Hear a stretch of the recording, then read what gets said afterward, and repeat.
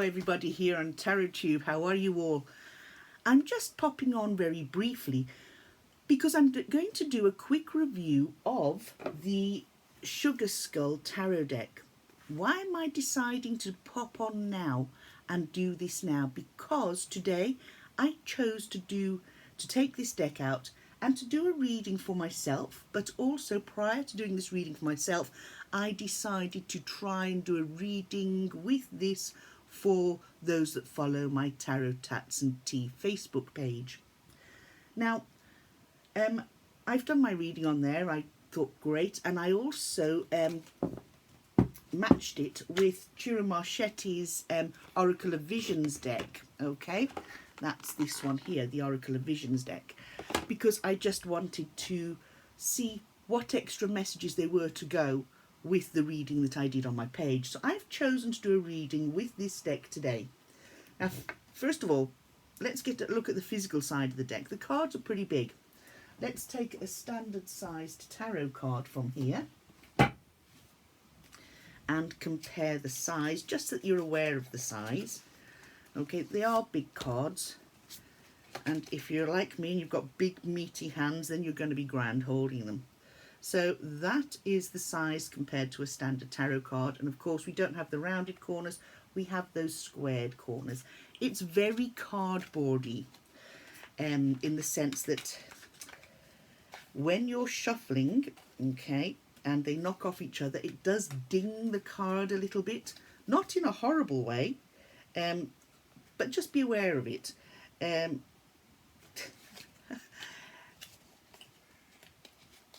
Initially I wasn't over enamored by the cardstock because it is matte. I like it. It has squared corners that are actually quite sharp, and it is actually quite flexible. But you see, if you're going to do that, because it's that cardboard, you're going to be ending up with that bend, so you have to be aware of that.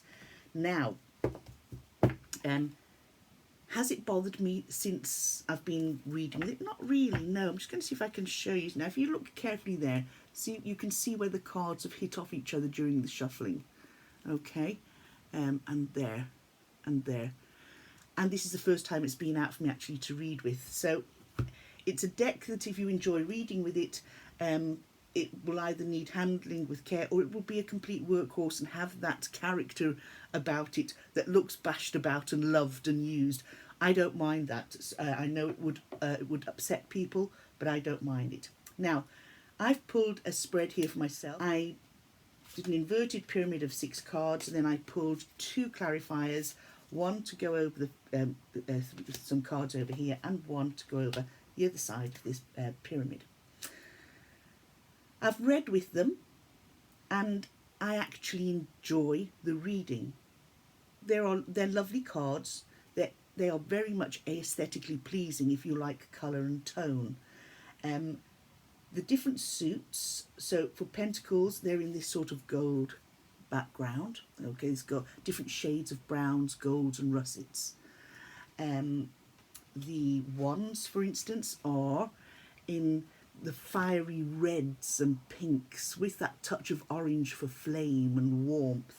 Both of these have a very warm air about them, these suits. Okay, now let's have a look at Cups. I don't have any swords out here at the moment. I'll find a sword.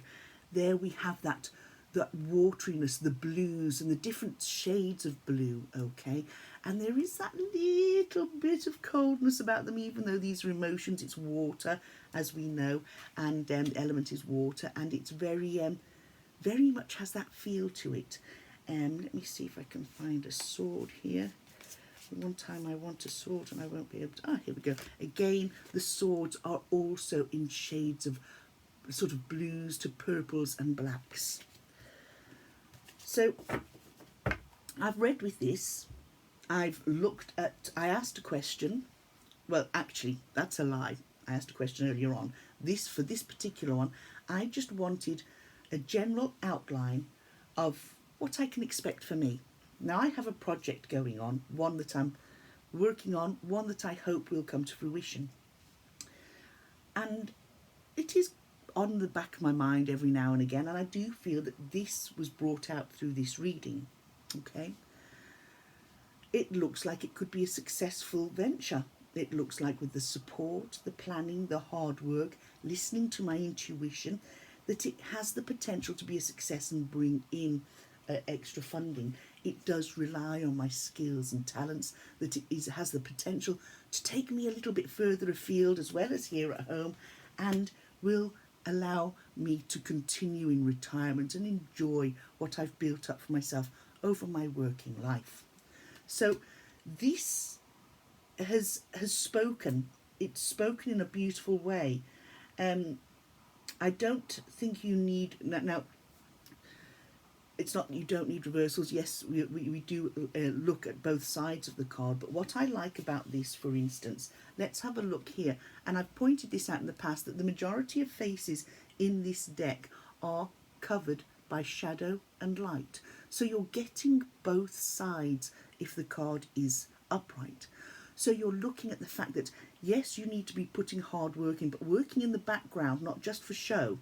This needs to be a real work. You need to understand that Elaine Murphy, this needs to be actual real work, not something that's just being done for show, but in the background you need to be working, or this will not pay off. So I've dealt them, I've read with them. The cardstock could be a little bit different, but I don't know how would you make it different. I wouldn't want it glossy because this suits it down to the ground. Maybe I might round the corners on it. I'll see how I feel. Maybe I'll just keep them as they are. I like it, albeit it is a large deck. I just pop these away. I have taken a photograph of them, so I'll be able to get them out later on and have a good read. But let's just, for now, shuffle these. You can see they are huge. Okay, hand over hand, they shuffle nicely. Those corners are sharp, so if you hit the corners, you can feel it. You can feel the sharpness of the card. Okay, now I'm going to riffle just to give you an idea how they riffle. So remember, they are huge cards. You do need big hands. So we've riffled. See if they bridge nicely.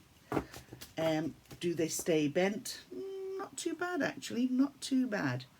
So this deck, would I recommend it? Actually, I would. If you're into sugar skulls, if you're into bigger cards, if you like the tones of the cards. Now, if we look here, look at the tower. The tower has that fieriness to it, and in this tower card, it actually contains near enough all the colours from each of the suit.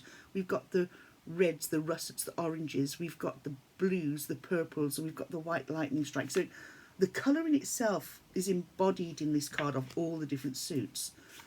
And we can say that for the hermit here. The hermit, we don't have the, well, we don't have the fire as such. We have light, but we have that dark coming from the darkness into light, finding the penny dropping and things opening up for us and going, that aha moment, through having taken time out and done a lot of soul searching and possibly reading up on subjects. So you can see here all the different colours. That's our Ten of Swords. Okay, it's very fitting for the Ten of Swords. But do you know what I like about this? That albeit we have the Ten of Swords there, we have our 10 swords, as opposed to 10 of them actually being in our backs as such. As people say, oh, the 10 of Swords means it's stabbing in the back. Not necessarily. It means the way the world could just be getting you down. But see here, the 10 of Swords, we've got all the different swords there, but 3 of them are in the skull, which lessens to me the severity of that, in the sense that there is a new dawn, that things are going to look up.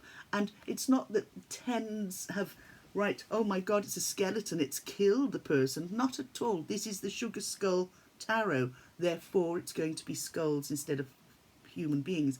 And this is the case of that hardship has come to an end, and we're rising up from whatever it is that has created us to feel that deep slump and possible depression, or that's coming to an end, because we're going to work our way through it. Okay, so here we go here, and these are the colours, as you can see. I'm not going to go through the entire deck, okay? I'm just showing you the just a few of the cards. Oh, I love that Fool card. Look at that there. Lovely jubbly. There we go. That Strength card. You know, the colour palette that's being used, you can almost feel the warmth coming off these colours. You can feel the coolness coming off these. It's quite wonderful. So they're actually digging into my hand. So I might round those corners off actually. As nice as they are, I think I will round off the corners. So there you go. You can see this beautiful deck in all its glory, and those are the backs. Okay, so just to give you the blurb on the back of the box, it's in a two-part, very sturdy two-part box. Sugar skulls, or calaveras, are traditionally made by hand to celebrate the Mexican Day of the Dead, or Dia de los Muertos. Colourful and lovingly crafted, these skulls are offerings for loved ones who have passed into the spirit realm.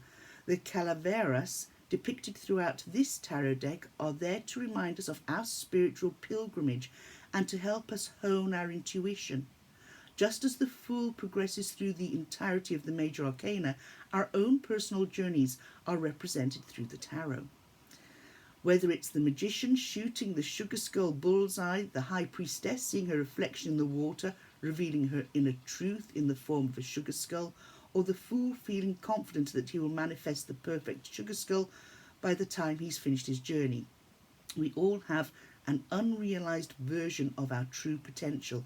And again, going back to that Ten of Swords, having the potential to rise up from things that have got us down. So the Sugar Skull Tarot deck and guidebook offers a refreshing new take on the timeless tradition. Let the brightly coloured illustrations offer you all the inspiration you need to be the best person you can. Be the present that you can be, and and present a more accurate representation of yourself, confident, magical, and ready to give and receive love to the world. I'm going to round those corners. Listen, that's the Sugar Skull. I hope you like it. And somebody requested that once I have worked with the Sugar Skull, could I give a review? My review, rounded up, is basically I like the deck. The cardstock I'm starting to like. I am liking it more than I did when I first opened the deck. The corners, like I say, they are sharp. I may actually round them off. The handbook is a nice little book. It's it's got all the colours in. All the cards are colourful in it. It's lovely. I like it. So folks, whatever you're doing today, have a lovely day, and grab the world by the short and curlies and make it yours. Bye.